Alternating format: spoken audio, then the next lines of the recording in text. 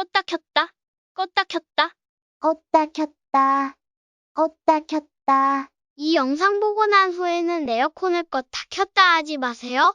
안녕하세요. 돈 버는 생활정보입니다. 이제 장마도 끝이 나고 곧 푹푹 찌는 찜통 더위가 시작됩니다. 본격적으로 에어컨을 틀게 되는 시기라서 오늘은 에어컨 사용 시 전기세를 아낄 수 있는 7가지 방법을 가지고 왔습니다. 군더더기 없이 바로 시작하겠습니다. 좋아요 한 번만 눌러주세요. 2번 누르시면 안 돼요.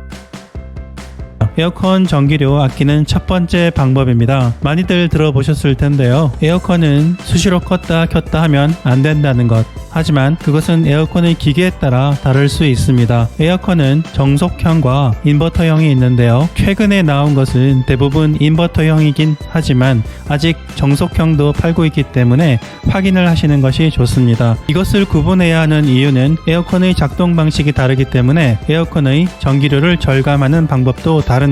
인버터 타입은 본체의 가격이 비싼 편이지만 사용 시 전기세가 적은 편입니다. 설정 온도에 도달하면 전력 소모가 줄어들며 실외기가 강, 중, 약 조절이 가능한데요. 인버터 에어컨은 설정 온도까지 도달하면 실외기 작동이 중지되지 않고 최소한의 전기만을 사용해서 설정 온도를 유지하기 때문에 전기세가 적게 나옵니다. 정속형 타입은 본체의 가격이 저렴한 편이지만 사용 시 전기세가 많은 편입니다. 정속형 에어컨은 설정 온도까지 도달했을 때 실외기 작동이 중지되고 설정 온도보다 온도가 높아지면 다시 실외기가 작동되어 실내 온도를 조절하는데요. 이러한 과정이 반복되면서 불필요하게 소모되는 전력이 많아지게 되고 전기세가 많이 나오는 결과로 이어진다고 보시면 될 것 같습니다. 그러면 우리 집에 있는 에어컨이 정속형인지 인버터형인지 아는 방법을 알려드리겠습니다. 몇 가지 방법이 있는데요. 조금 복잡하거나 정확하지 않은 방법이라서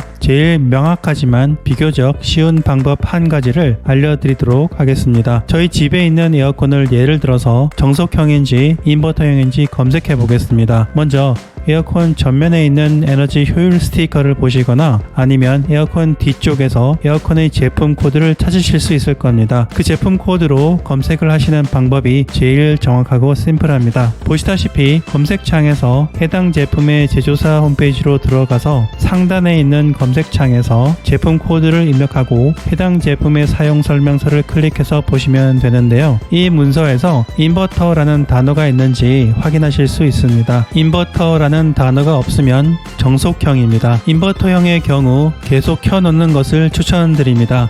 껐다 켰다 하는 것보다 알아서 실외기 강도를 조절하기 때문에 계속 켜놓는 게 오히려 전기요금이 적게 들게 됩니다. 여기서 하나 드는 의문이 있습니다. 그러면 24시간 틀어놓느냐 아니면 잠자는 시간에는 꺼두느냐입니다. 사람들의 의견이 왈가왈부한데요. 제가 어느 정도의 기준을 말씀드리겠습니다. 24시간 동안 에어컨을 켜둔다면 아무래도 절대적인 전기요금은 더 나가기 때문에 밤 10시 이후 기준으로 열대야 라고 판단이 된다면 에어컨을 켜두고 자고 그렇지 않다면 그냥 꺼두는 것이 좋겠습니다. 굳이 많이 덥지도 않은데 선풍기로도 충분히 더위를 보낼 수 있음에도 에어컨을 사용할 필요는 없다고 생각합니다. 24시간 에어컨을 한여름 내내 켜둔다는 분도 계시긴 하더군요. 그렇게 되면 에어컨은 물론이고 실외기에도 부담을 주게 되고 실외기 소음도 사실 만만치 않고 실외기에서 뿜어나오는 뜨거운 열기도 지구 환경을 지키는 차원에서도 좋지는 않을 것 같습니다. 정속형이라면 이상적인 건 1시간 가동 후 2-3시간 쉬는 건데요. 그 2시간 동안 또 금방 더워지기 때문에 차라리 처음에 온도를 확 낮추시고 희망 온도로 맞춰서 계속 틀어주시는 것도 좋을 것 같습니다. 에어컨 전기료 아끼는 두 번째 방법입니다. 에어컨과 함께 선풍기를 같이 틀어주시면 좋습니다. 처음에 에어컨과 선풍기를 같이 틀어서 급격하게 집안 온도를 낮춘 다음 선풍기는 끄고 에어컨만 켜두시면 됩니다. 세 번째, 에어컨의 필터를 청소하거나 교체해주세요. 필터가 더러우면 냉방 효율이 많이 떨어지게 되므로 필터만 깨끗해도 냉방 효율을 높일 수 있습니다. 에어컨에 따라 필터를 교체해야 하는 것이 있고 청소만 해도 되는 것이 있으니 제품 설명서를 확인해 보시기 바랍니다. 네 번째, 실외기 주변을 체크합니다. 실외기에 물건을 올려놓거나 공기의 순환이 안 될 정도로 실외기 주변에 물건을 놓아두면 좋지 않습니다. 실외기는 공기 순환이 원활하게 되어야 제대로 작동이 되기 때문입니다.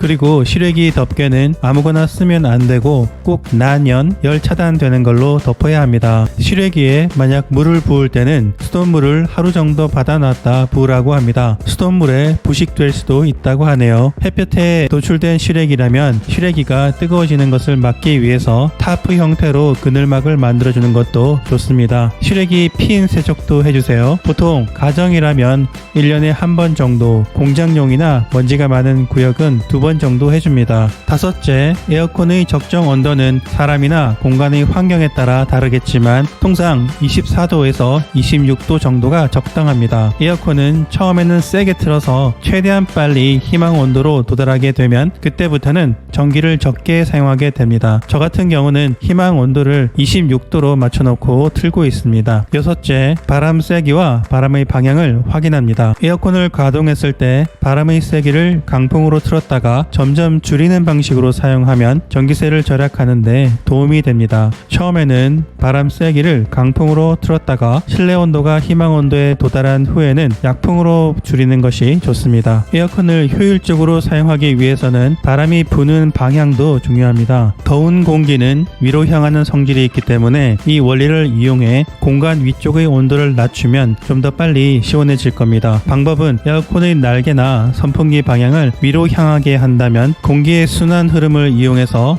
시원함을 빠르게 느낄 수 있습니다. 7번째, 약간 번거로울 수도 있겠지만 창문에 에어캡, 즉 뽁뽁이를 붙여줍니다. 겨울철 난방용으로만 쓰일 줄 알았던 뽁뽁이가 여름철 에어컨 전기요금 절약에도 도움이 됩니다. 바깥의 뜨거운 열기는 차단하고 실내의 찬 공기를 가두어서 실내 온도를 낮추는 효과가 있습니다. 생각보다 에어컨 전기료는 난방비에 비해서는 많이 나가지는 않는 편이니 여름철 3달 동안은 위에 말씀드린 7가지 내용을 체크하셔서 전기세 걱정은 조금은 덜 하시고 시원하게 지내시기를 바라는 마음입니다. 오늘은 에어컨 전기료 7가지 절약 방법에 대해서 알아봤습니다. 영상이 유익하셨다면 주변에 공유해 주시거나 구독, 좋아요, 알림 설정까지 부탁드립니다. 감사합니다.